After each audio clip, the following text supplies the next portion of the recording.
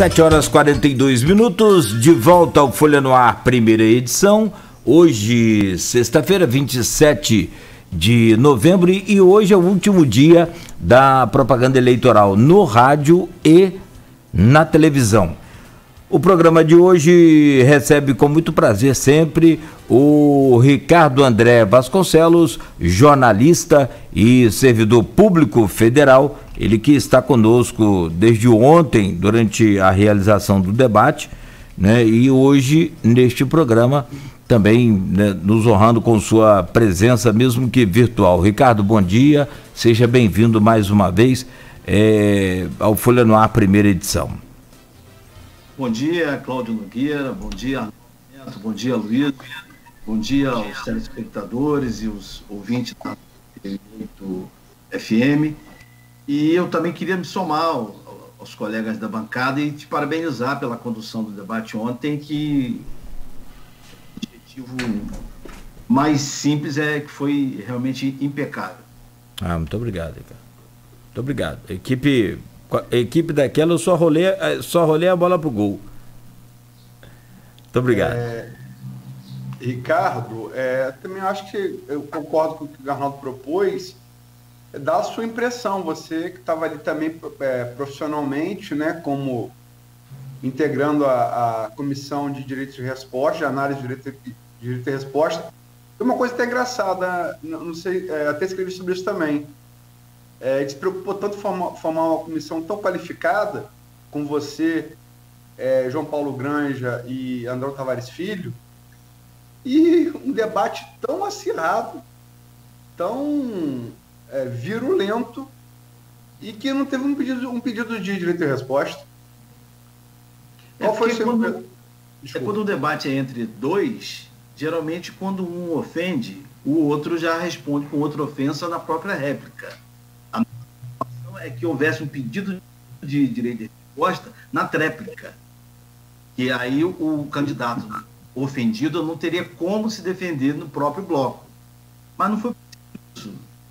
O debate foi muito parecido também com o da Record mais cedo, que foi o tempo todo parecia uma briga de galo. Os dois brigando o tempo todo, os dois se acusando o tempo todo e não tinha resposta, que o outro já respondia aquela outra acusação, né? Como reflexo, como consequência da degradação política que estamos, né? Nós chegamos numa cidade, infelizmente, uma cidade com 300 mil eleitores, que foi uma das 10 cidades mais importantes do país no início do século XX, chega numa eleição que tem dois meninos, parecem meninos de quinta série, brigando pelo Grêmio Escolar.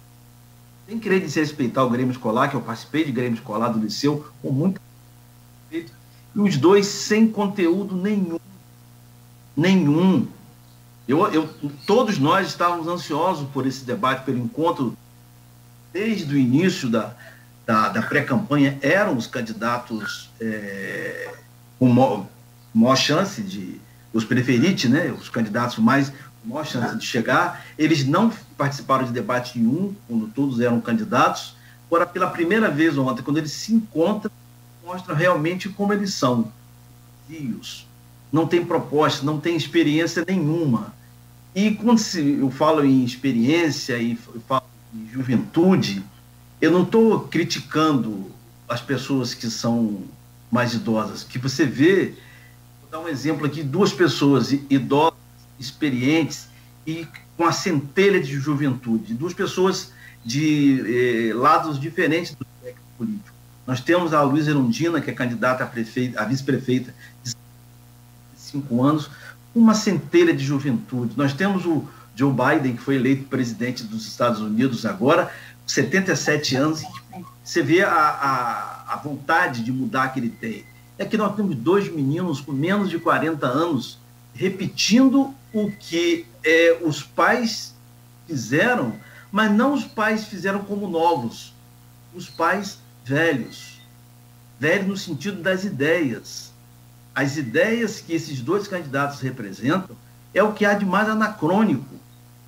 Você viu ali, durante 1h30, eu anotei as coisas que eles falaram, muitas, você não tira uma proposta, talvez ali as palavras são vazias, são frases inteiras, quando se tenta, não, é porque vamos dar trabalho, dignidade e dignidade de transporte público, vamos acabar com o terminal urbano na primeira semana de trabalho. Não tem uma proposta concreta, não tem uma proposta revolucionária, que eu digo no sentido não de mudar o regime, de ganhar arma, mas as ideias. Você vê 2 jovens que eu esperava que, por exemplo, eu participei dos grupos políticos originais, do grupo político original, que os dois são frutos do mesmo ninho, né? Do garotismo lá da década de 80. Se você pegar, você pode dar até exemplo de algumas ideias revolucionárias lá no primeiro governo Garotinho. Não é revolucionária no sentido mais radical da palavra. Por exemplo, você acabar com dezenas, quase uma centena, de terrenos baldios da cidade, transformá-los em hortas populares. Isso é revolucionário. Eles não têm uma ideia sobre isso. A ideia é voltar ao restaurante popular, é acabar com o terminal, é acabar com o modelo de transporte implantado pelo atual governo. Mas qual é o modelo que eles sugerem para substituir? Nada. São vazios. São 2 meninos vazios. É uma pena que a cidade vai entregar num período da maior crise econômica que a gente vai enfrentar, a 2 pessoas sem a menor experiência. Acho muito engraçado que um candidato, o candidato Vladimir, fala, não, eu tenho mais experiência. Experiência que foi 2 anos de deputado federal. Isso dá experiência suficiente para administrar uma cidade. O outro não tem experiência, acho que nenhuma, nunca teve emprego, nunca teve nada. É lamentável. É lamentável você olhar para trás e ver que esses dois, que a cidade não renovou as suas lideranças, teve que buscar nos ninhos onde os pais estão proibidos de serem candidatos por causa de problemas eleitorais, até problemas criminais, não podem ser candidatos, então tira os filhos. E se você olhar, como eu olhei ontem, eu fiquei umas 3 horas olhando para eles, nos 2 debates, eu fico pensando, será que eles estão ali porque querem realmente? Será que eles têm essa visão pública para a vida pública? Ou estão sendo levados aquilo para manter a tradição da família, porque os patronos, os pais, não podem ser porque estão proibidos pela lei? Acho que me estendi um pouco demais. Ricardo, tem uma coisa que é interessante, né, nessa eleição de segundo turno. Eu vou pegar um exemplo não só de Campos. Nós vamos aqui a Petrópolis, por exemplo. Petrópolis teve mais de 10 candidatos também, muitos candidatos no primeiro turno. Campos teve 11, né? E muito aquele espírito da renovação, uma eleição de renovação. Só que a renovação lá ficou com o atual prefeito, o Bernardo Rossi, e o candidato que foi para o segundo turno, o também ex-prefeito da cidade, o Rubens Bontempo. Então, assim, o segundo turno com 2 figuras carimbadas. Aqui em Campos também se falava muito em renovação, mas segundo turno, como você mesmo falou, egressos do mesmo grupo desde a década de 80, do garotismo, com filho de Garotinho e o filho de Arnaldo. Esse espírito de renovação que às vezes se propaga muito durante um governo, como foi o governo Rafael, que foi mal avaliado, eles queriam uma renovação, ele não se perde nas urnas, voltando esses velhos nomes para uma disputa? Como explicar isso? Que o eleitor cobra tanto uma renovação, sobretudo agora com essa questão de rede social, e na hora do voto volta grupos políticos já tão conhecidos? Eu não sei, eu acho que nós voltamos àquela questão do grau de conhecimento, nem conhecimento, o grau de politização do eleitor. Como que o eleitor não tem politização suficiente para fazer uma escolha mais consciente. O eleitor funciona como uma espécie de torcedor ali, impulsionado, sabe-se lá, pela simpatia do candidato, ou por uma promessa de alguma benesse pessoal. Eu não vejo benesse coletiva. As pessoas vão votar porque coletivamente aquele candidato vai ajudar a minha categoria, a minha comunidade, a minha sociedade. Eu vejo muito. Ontem, quando eu saí do debate, eu tomei um susto. Tinha a claque de um dos candidatos, um candidato só, e parece que queria engolir as pessoas, com aquela bandeira, com aquela raiva, com aquele negócio todo. Eu disse, peraí, que é isso? Entendeu? Você não vê uma coisa com um nível de politização mais elevada. É uma coisa que precisa ser estudada depois com calma, de onde é que vem essa... Qual é o processo, como é que ocorre o processo de escolha. Porque uma cidade, um eleitorado politizado nesse sentido, mais consciente, eu acho que sairia daquele debate dizendo assim, eu não vou votar em ninguém, vou votar em Cláudio Nogueira, que adiou o debate. Porque nenhum dos dois merece o meu voto. Ricardo, assim, deixa eu fazer aqui o papel de... Tá dando eco, né? É o meu áudio? Não, acho que o Ricardo ali tinha... Você abaixou aí, Ricardo, o volume? Não mexi. Não, né? Tá me ouvindo bem? Te ouvindo bem. Tranquilo. Ricardo, deixa eu fazer um pouco advogado do diabo. Não que seja o diabo, enfim, ou a expressão, né?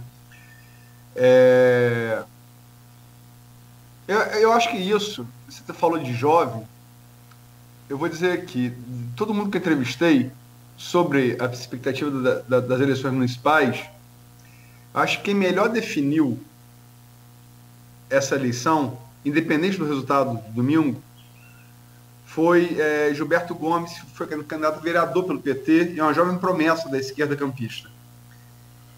Ele falou, o problema do eleitor é que ele muda de A para B. B não dá certo, e vem de passeio e volta para o A. E o B não há como dizer que deu certo, porque a rejeição a Rafael, ela foi enorme, né? Uma rejeição espantosa. Então, quer dizer, primeiro, se você concorda com essa leitura do Gilberto, e dois, qual seria a opção, então? Sim, concordo, justamente por isso, por essa falta de politização, conscientização do eleitor, né? Agora, o que eu notei também foi uma preocupação, uma estratégia do candidato Vladimir, nos dois debates que houve ontem. Ele, como tem uma muito maior, por causa do pai, do ex-governador Antônio Garotinho, ele procurou colar a imagem de Rafael em Caio para equilibrar a rejeição. Tanto que o nome de Rafael foi o nome mais falado dos dois debates. Acho que se você contar ali o papai e mamãe e Rafael, acho que dá quase empate. Toda hora, Vladimir tinha que dizer que Rafael apoia o candidato Caio Viana. Inclusive, teve um momento no debate da Record que ele chamou Caio Viana, de Caio Diniz. São estratégias de campanha, mas acho que eu fugi da sua pergunta. Não, o que eu quero dizer é o seguinte, tá dando eco de novo. Pode ser essa conexão também, né? Pode. Pode ser a conexão. Também. Bom. Parou. Não, o que eu quero dizer é o seguinte, Ricardo, nós tínhamos, você está nisso um pouco mais de tempo que eu, e nós estamos há muito tempo. Nunca houve eleição com tanto candidato. né? Quais as opções que Campos tinha, no seu entender? Você, por exemplo, com muita coragem, como é uma coisa peculiar sua, você apoiou publicamente a candidatura à reeleição de Rafael. Mesmo sabendo que você é um cara muito bem informado, que ela tinha uma rejeição virtualmente insuperável, né? Você fala em rejeição no mundo, o sinal amarelo é 35%, o Rafael nas pesquisas variava de 50% até 80%. Quer dizer, isso é insuperável. Na prática, né? Para quem conhece um pouco de eleição, eu falo eleição de 2 turnos, né? Se chegar ao segundo turno, o adversário qualquer um quer, porque tá perdido o segundo turno. Qual opção a gente tinha? A gente praticamente não tinha opção justamente pelo estado de degradação que chegaram as nossas lideranças políticas nos últimos anos. Essa variação entre Garotinho e Arnaldo. Lá em 88 a gente dizia que era entre Rockefeller e Zezé Barbosa. Aí a gente inaugurou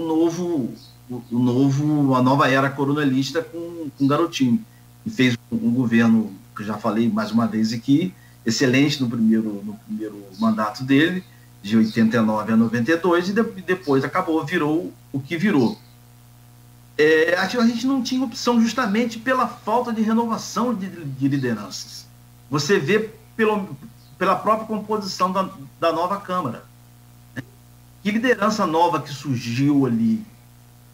Eventualmente, pessoas que fizeram favores pessoais em alguma comunidade, que juntaram ali 1.200, 1.500 votos, se elegeram, ou então voltaram aqueles que já eram eleitos, já tinham sido vereadores, já tem um grupo de pessoas que votam, ou os filhos dos ex-vereadores, que já tem ali... Eu estou evitando usar a palavra curral eleitoral, mas é impossível não usar. Acho que a instituição Câmara Municipal, que tem 300 e tantos anos, eu tenho, mas acho que tem momentos que a própria instituição não se respeita, né? Não se respeita e se deixa levar por essa... vão tentar amenizar a minha crítica à Câmara Municipal, que eu gosto muito de respeitar todas as instituições, que a democracia não as instituições fortes, mas a Câmara se recusou nesses últimos anos, principalmente nessa última legislatura, a dar a sua contribuição para enfrentar a crise econômica que a cidade vive. A Câmara gasta como se não tivesse amanhã. A Câmara não devolve dinheiro. Me lembro, fazer justiça ao ex-vereador, ex-presidente da Câmara, Nelson Naim, que por 2 vezes seguidas devolveu o dinheiro da Câmara para o Tesouro Municipal, porque sobrou. Essa Câmara está gastando aí, a Câmara está fechada desde março, está gastando ainda com limpeza, com segurança, com não sei o quê, com pintura, com não sei o quê. Pô, e não devolve. E essa Câmara poderia muito bem reduzir o número de vereadores de 25 para 21, para ajudar a cidade a enfrentar a crise econômica que é inevitável no ano que vem. Inevitável nos próximos 4 anos. A minha preocupação, ao mesmo tempo, eu estou adiantando um pouco, ao mesmo tempo em que eu olho para trás, vejo com muita tristeza que os 2 candidatos são despreparados para enfrentar a crise da cidade, eu deposito uma fé enorme, uma esperança enorme que ilumine quem ganhar o troféu abacaxi, que quem ganhar a eleição vai ganhar o troféu abacaxi, né? Que eles sejam iluminados o suficiente para conseguir enfrentar, passar essa tormenta. E como falamos aqui, e vocês fizeram um trabalho muito bom, né, ao fazer essa série de entrevistas, essa série de debates sobre a crise, na pior das hipóteses, o próximo prefeito vai ter menos de 200 milhões por ano, que dá 17 milhões por mês, que dá 500 mil por dia. Não adianta conhecer o caminho de Brasília, que ninguém vai te dar 500 mil por dia só para manter o que está aí. só para manter o que está aí, sem criar de novo passagem social, sem criar de novo restaurante popular, sem prometer tudo, sem trazer o Jardim Concert de volta, os shows milionários de volta. Quer dizer, é tudo balela. Tudo balela. Então, no final das contas, apesar da minha desilusão, de lamentar a fragilidade dos dois candidatos, os dois vão ter que ganhar a eleição. Então, o que eu posso fazer? É desejar que aquele que ganhar a eleição, aquele que for o escolhido para enfrentar o desafio, tenha força suficiente, tenha capacidade suficiente para agregar em torno dele pessoas que vão suprir a falta de experiência que eles têm. Eles demonstraram a falta de experiência no próprio debate, não só por falta de conhecimento como funciona na cidade.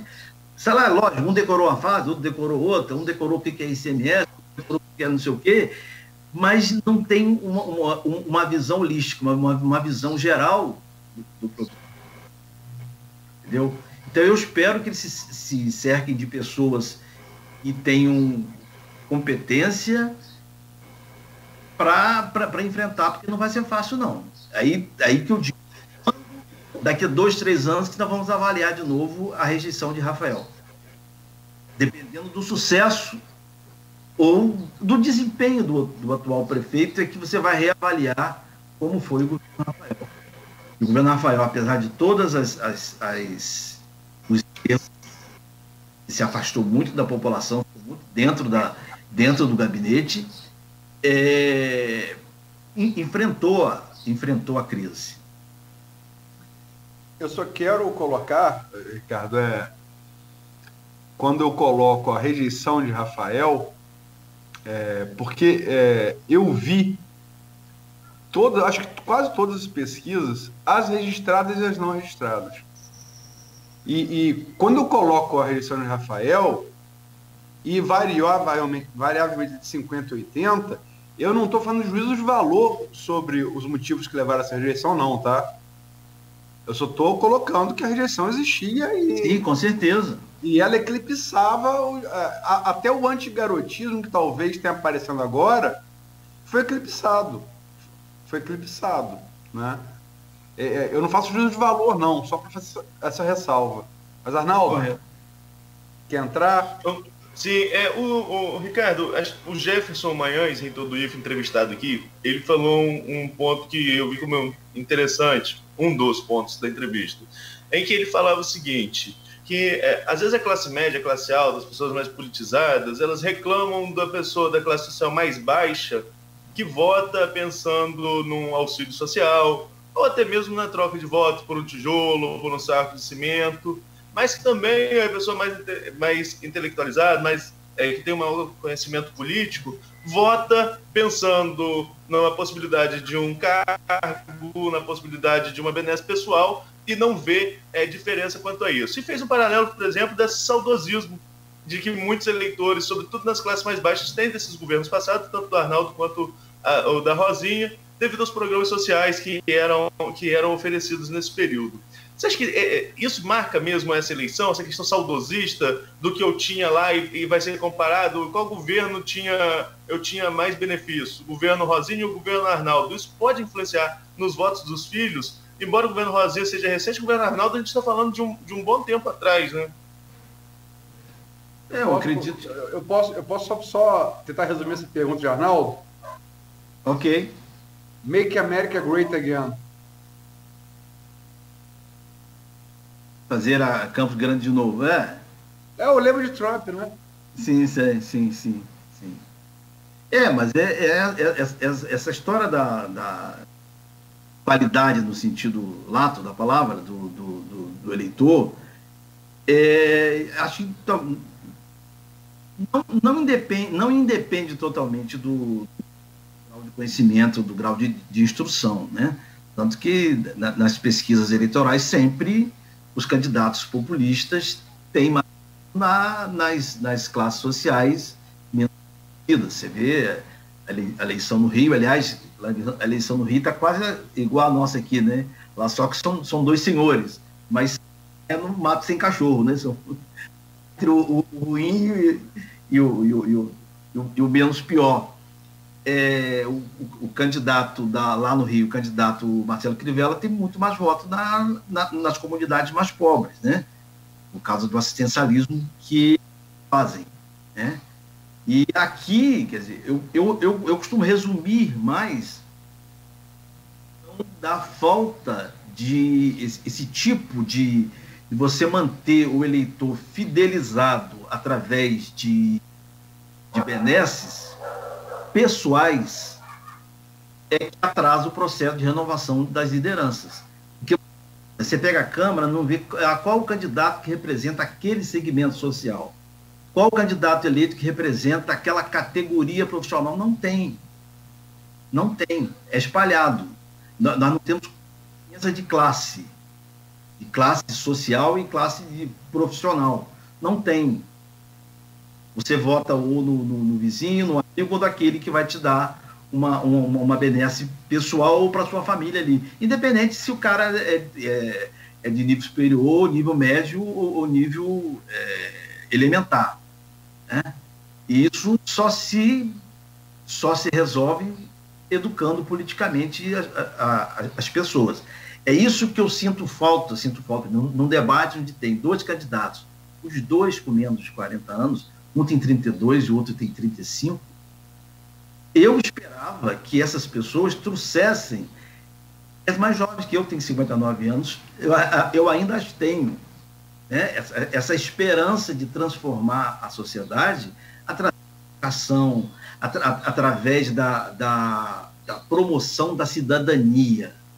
Por exemplo, tem uma iniciativa e foi importante, que é um legado do governo Rafael, que ele quase não falou, foi introduzir a eleição direta nas escolas municipais.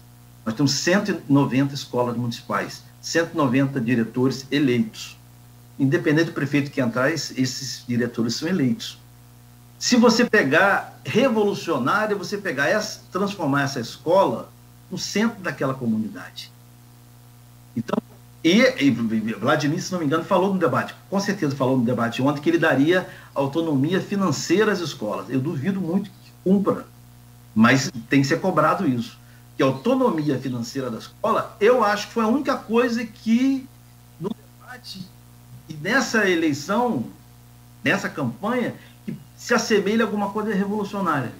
Porque se você transformar a escola com a autonomia financeira, aquela escola vai ser fiscalizada pela comunidade, o diretor daquela escola vai ter autonomia para comprar merenda na comunidade, precisou consertar uma porta daquela comunidade, com certeza tem um carpinteiro que pode consertar aquela escola, ao invés de fazer licitação, contratar uma empresa, pagar milhões, vai ficar muito mais barato e dá sentimento de pertencimento.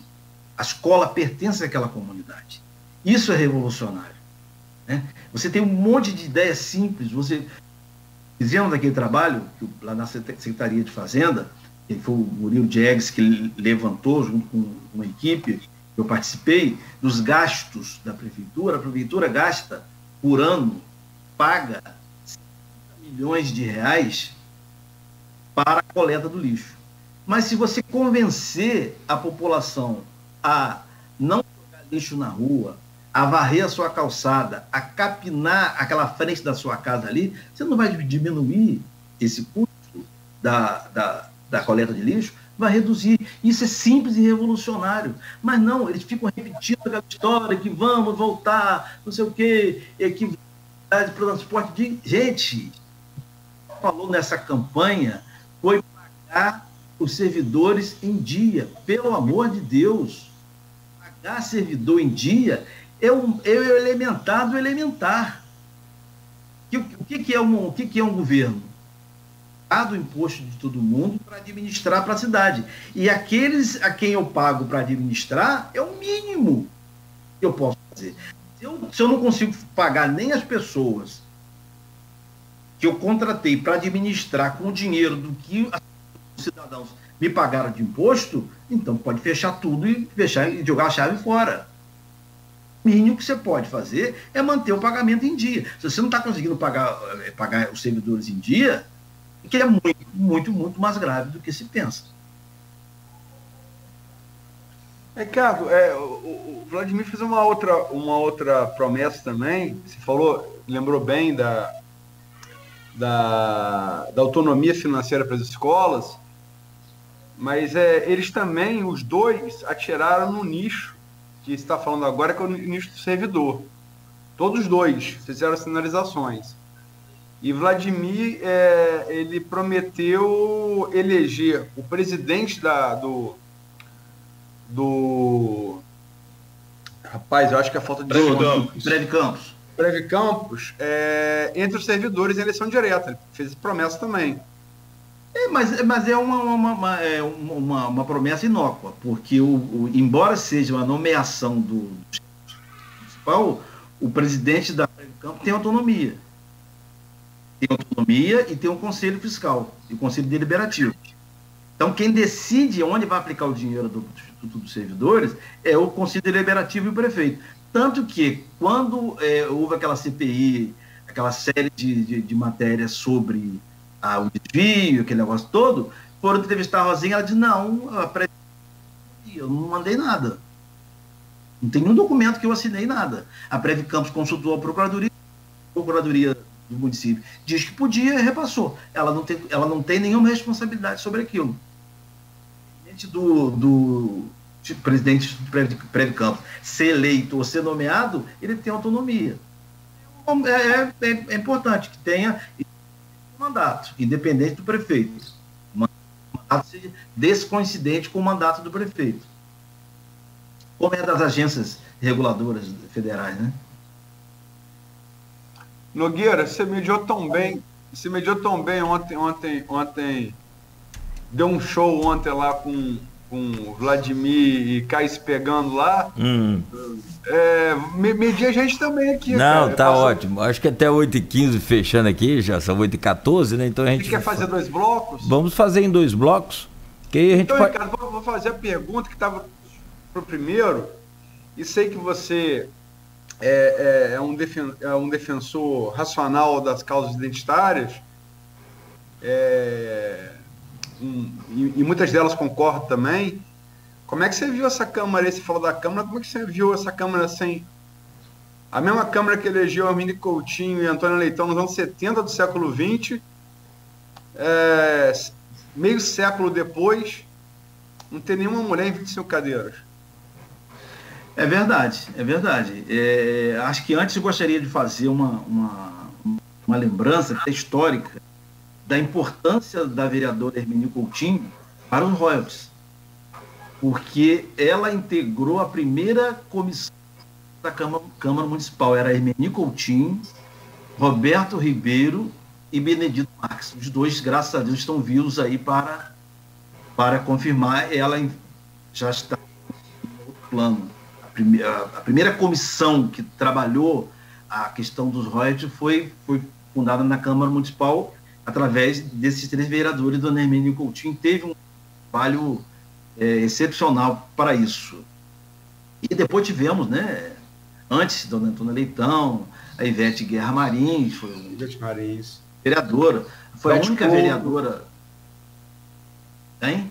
Bete Couto foi uma boa vereadora também. Bete Couto, a própria Ilsa Viana foi vereadora. Odisseia Carvalho. Nessa última legislatura, chegou uma época que tinha 3 vereadoras, a Josiane Morumbi, a Joilza, e uma terceira que acho que ficou no lugar de hábito, não sei. Foi Marcele. Marcele? Isso. Nessa eleição, aliás, vocês perceberam ontem que o candidato a vice-prefeito Frederico deixou no ar uma possibilidade de ter uma vereadora. Foi. Lá no bastidor ontem, eu estive com ele lá no bastidor do eu e João Paulo conversando sobre isso, pesquisando quem era a suplente, e chegou o Arnaldo, aí chegou o próprio... Eu perguntei, quem é a vereadora? Aí eu falaram o nome, ele, não é essa não. Aí nós fomos na listagem ali, a vereadora mais próxima de assumir é a do DEM, é a Neia. A Neia é a esposa daquele ex-vereador Carlos Alexandre. Arnaldo? Marcos Alexandre. Marcos Alexandre. Sim. Essa coligação elegeu Rogério Matoso e elegeu Marcione da Farmácia. Então ele já indicou que Rogério Matoso deve ir para o secretariado, não sei o que faria com esse Marcione. Não, aí já subiria. O DEM ficaria com Marcione da Farmácia e com Neia Marcos Alexandre. Então a Câmara teria, segundo, não foi nenhuma inconfidência do Frederico, ele começou a soltar a gente que chegou a essa conclusão. Mas justamente é isso, essa observação de uma mulher é mais uma comprovação da falta de consciência de classe e de segmento social. A Câmara não representa segmentos sociais da cidade. Quer dizer, as mulheres não votaram em mulheres, né? Por exemplo, os petroleiros não votaram em petroleiro. Não elegeram. Tem um candidato petroleiro que estava até forte, ficou entre os mais votados, mas não teve legenda para... Os artistas não tinham um candidato que representa a área cultural. Quer dizer, a área cultural vai ficar mais uma vez sem representação na Câmara. Aí você fica com aqueles 25 vereadores, ali 18, 19, automaticamente vão apoiar o prefeito, qualquer que seja.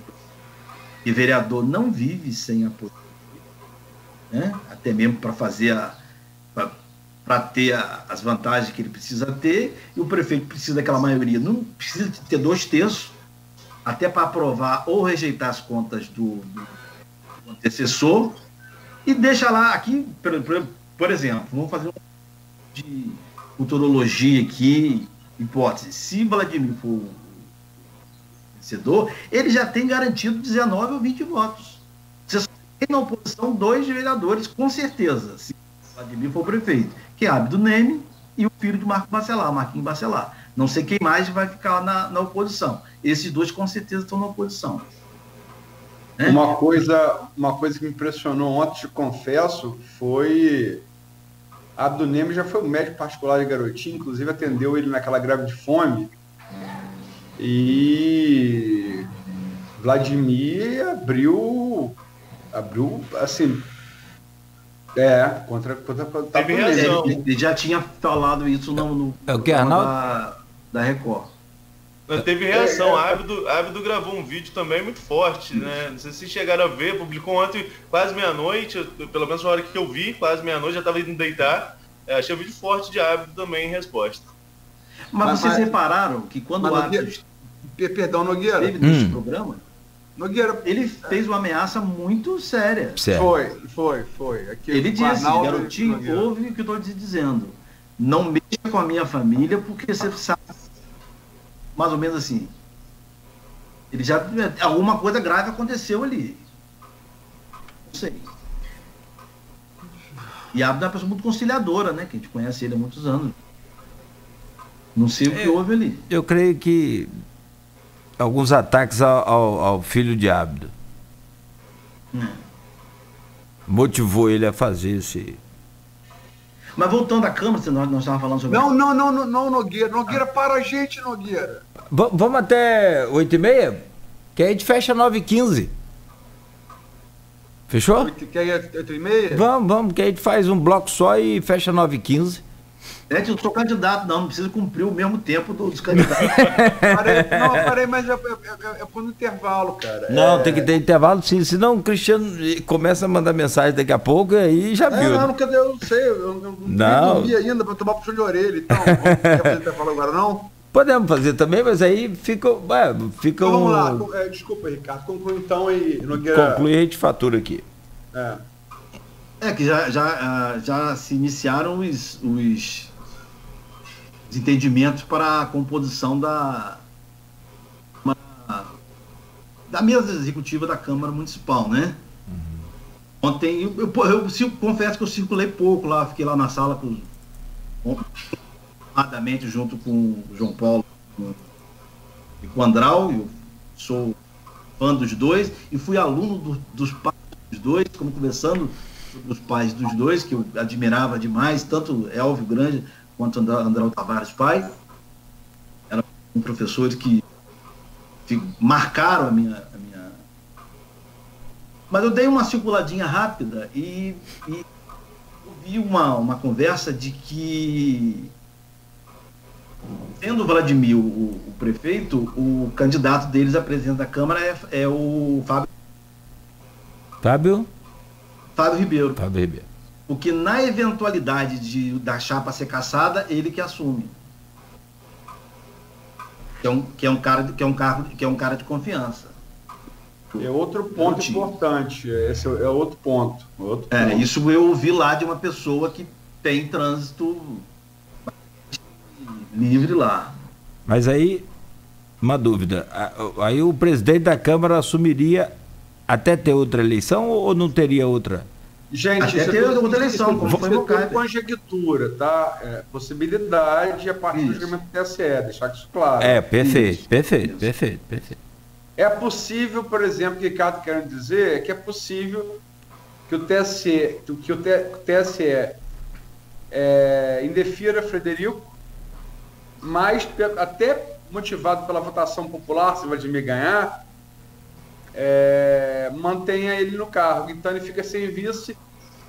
Vamos supor, se Vladimir precisar viajar 2 dias para o Rio, se o presidente da Câmara, se for essa solução do TSE, por exemplo, se indeferir Frederico e se não contaminar Vladimir, se Vladimir for ao Rio 2 dias e o presidente da Câmara for oposição, em 2 dias ele derruba o governo. Não, 2 dias pode, é até 15. Até 15? Até 15. Até 15 não precisa de substituição. Então tá bom, mas enfim, que seja. 15 dias, não pode. O cara faz uma devassa no governo. Porque eu não vejo nenhuma possibilidade do TSE se reunir entre hoje e domingo para... Não, é impossível. Não há nenhuma possibilidade. Então a eleição vai ocorrer normalmente no domingo, com as 2 chapas. Essa decisão é posterior com certeza, lá para o 2º ano de governo, como o TSE costumou fazer, né? Bom, são 8h24, então nós vamos fazer um rápido intervalo e voltamos e a gente segue nessa conversa hoje com 3 jornalistas na nossa bancada, o Ricardo André Vasconcelos, que é o nosso convidado, e também não deixa de ser uma peça integrante aqui desse programa também. Sempre que precisa a gente aciona aí o talento do Ricardo, né? O Aloysio Abreu Barbosa e o Arnaldo Neto também aqui conosco nesta manhã. Rápido intervalo, a gente volta só vou falar, Arnaldo, eu segunda-feira sumo. Tá anotando as pautas todas de Ricardo aí, não tá? Como? Tá anotando as pautas de Ricardo aí. Tô anotando.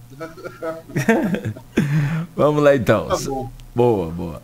São 8h25 em Campos, no oferecimento dos laboratórios Plínio Bacelar e Clínica Proteus. Voltamos com o Folha no Ar em instantes. Sua conta de luz pode estar